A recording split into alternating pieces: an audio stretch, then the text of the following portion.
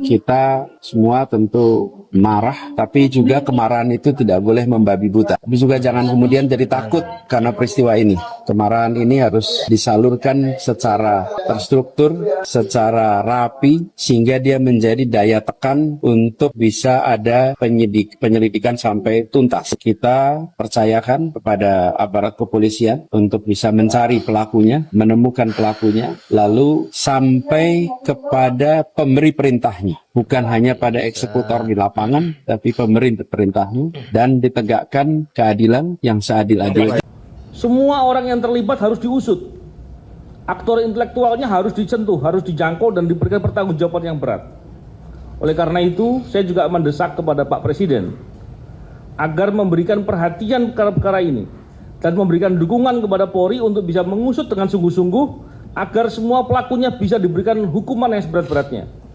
Betapa jahatnya orang yang sudah mau merelakan kepentingan pribadinya dikesampingkan untuk membantu kepentingan orang banyak, untuk membantu kepentingan masyarakat, kepentingan negara, kemudian diserang secara brutal.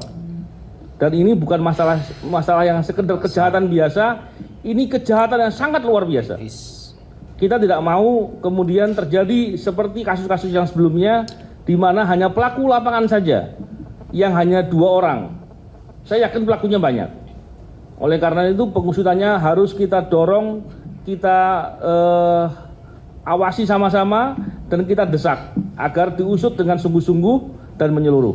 Saya minta kepada Adinda, mungkin anakku, saya ikut sangat-sangat prihatin dengan keadaanmu, tetapi tetaplah yakin bahwa kamu berjalan di atas jalan yang benar, dan itu berarti kamu jangan khawatir tentang kelangsungan hidupmu.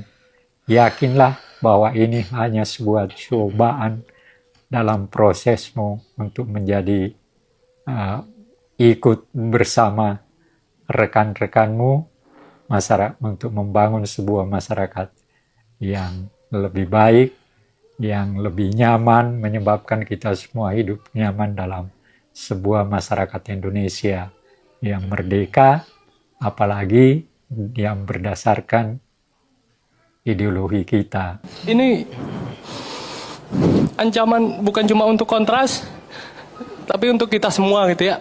Teman-teman pers, teman-teman mahasiswa, teman-teman buruh, teman-teman pelajar, teman-teman semuanya yang selalu tidak pernah lelah memperjuangkan demokrasi, kecuali untuk orang-orang yang mengkhianati demokrasi.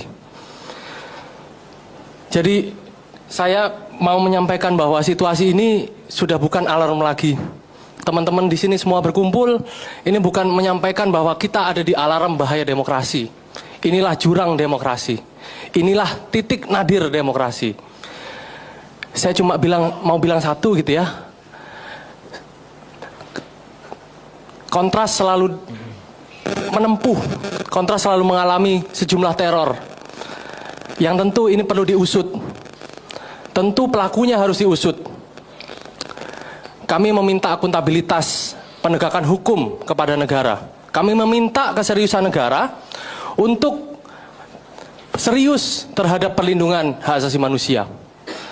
Kami juga meminta supaya rezim hari ini yang mau dan juga sudah membuat Kementerian Hak Asasi Manusia itu mau berdiri bersama para pembela hak asasi manusia.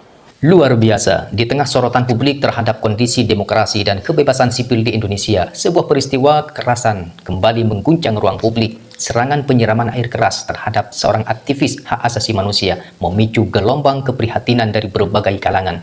Tidak hanya dari sesama aktivis, tetapi juga dari tokoh politik nasional. Salah satu yang menyuarakan keprihatinan keras adalah Anies Baswedan, yang mendesak negara untuk tidak memandang kasus ini sebagai peristiwa kriminal biasa. Menurutnya, serangan terhadap aktivis yang vokal menyuarakan kritik harus dilihat sebagai ancaman serius terhadap demokrasi.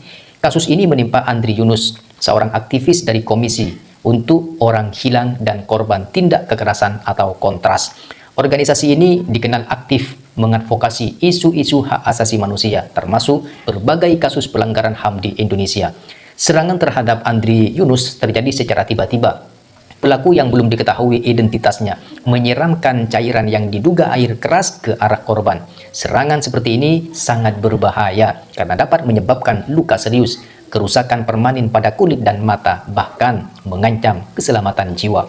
Peristiwa tersebut langsung menimbulkan kekhawatiran luas. Banyak pihak menilai serangan ini bukan sekedar tindak kriminal biasa, tetapi bisa jadi merupakan bentuk intimidasi terhadap aktivis yang aktif menyuarakan kritik terhadap kekuasaan dan pelanggaran hak asasi manusia.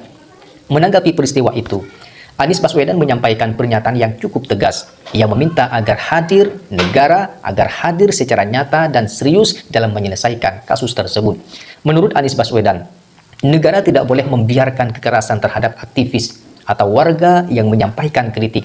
Jika kasus seperti ini tidak dituntaskan secara transparan dan adil, maka akan muncul peristiwa berbahaya di masyarakat. Persepsi bahwa kritik dianggap sebagai ancaman. Anies menegaskan bahwa dalam negara demokrasi, kritik adalah bagian penting dari kehidupan berbangsa. Kritik bukanlah sesuatu yang harus ditakuti, apalagi dibungkam dengan kekerasan. Justru sebaliknya, kritik merupakan mekanisme koreksi yang dibutuhkan agar pemerintah dan negara dapat berjalan lebih baik. Karena itu, ia mendesak aparat penegak hukum untuk bekerja secara cepat, profesional, dan transparan dalam mengungkap siapa pelaku di balik serangan tersebut. Bagi Anies Baswedan, pengungkapan kasus ini bukan hanya soal keadilan bagi korban. Lebih dari itu, ini juga tentang menjaga kepercayaan publik terhadap sistem hukum dan perlindungan negara terhadap kebebasan sipil. Jika pelaku tidak ditemukan atau motifnya tidak terungkap, maka dampaknya bisa jauh lebih luas. Masyarakat bisa merasa takut untuk berbicara, takut mengkritik, dan takut menyampaikan pendapat. Padahal, kebebasan berpendapat merupakan salah satu pilar utama demokrasi. Nah, kasus ini juga mengingatkan publik pada peristiwa serupa di masa lalu. Ketika penyidik Komisi Pemberantasan Korupsi, Novel Baswedan, menjadi korban penyiraman air keras pada tahun 2017. Nah, kasus tersebut sempat menjadi perhatian nasional selama bertahun-tahun. Banyak pihak saat itu mempertanyakan proses penegakan hukum dan menuntut pengungkapan kasus secara transparan. Karena pelanggaran masa lalu itulah, banyak aktivis HAM kini berharap agar kasus yang menimpa Andri Yunus tidak mengalami nasib yang sama. Mereka berharap negara bertindak lebih cepat dan lebih tegas. Organisasi masyarakat sipil juga mulai menyuarakan solidaritas kepada korban. Mereka menilai bahwa serangan terhadap satu aktivis adalah ancaman bagi seluruh pejuang hak asasi manusia. Jika intimidasi seperti ini dibiarkan, maka ruang demokrasi bisa semakin menyempit. Para pengamat politik dan HAM juga menilai bahwa negara memiliki tanggung jawab besar untuk memastikan keamanan para aktivis, jurnalis, akademisi, dan siapapun yang menggunakan haknya untuk menyampaikan kritik. Karena tanpa perlindungan yang kuat, demokrasi bisa berubah menjadi sekedar formalitas tanpa kebebasan yang nyata. Di sisi lain, masyarakat juga menunggu langkah konkret dari aparat penegak hukum. Publik ingin melihat bahwa hukum bekerja tanpa pandang bulu, bahwa setiap bentuk kekerasan, terutama yang berpotensi membungkam kebebasan sipil, akan ditangani secara serius.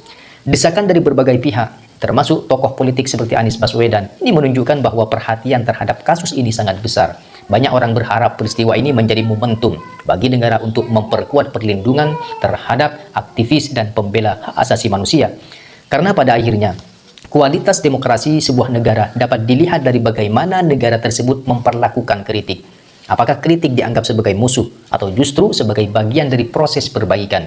Serangan terhadap Andri Yunus menjadi pengingat bahwa perjuangan untuk menjaga ruang demokrasi masih terus berlangsung. Dan kini, masyarakat menunggu satu hal yang paling penting. Apakah negara benar-benar hadir untuk memberikan keadilan?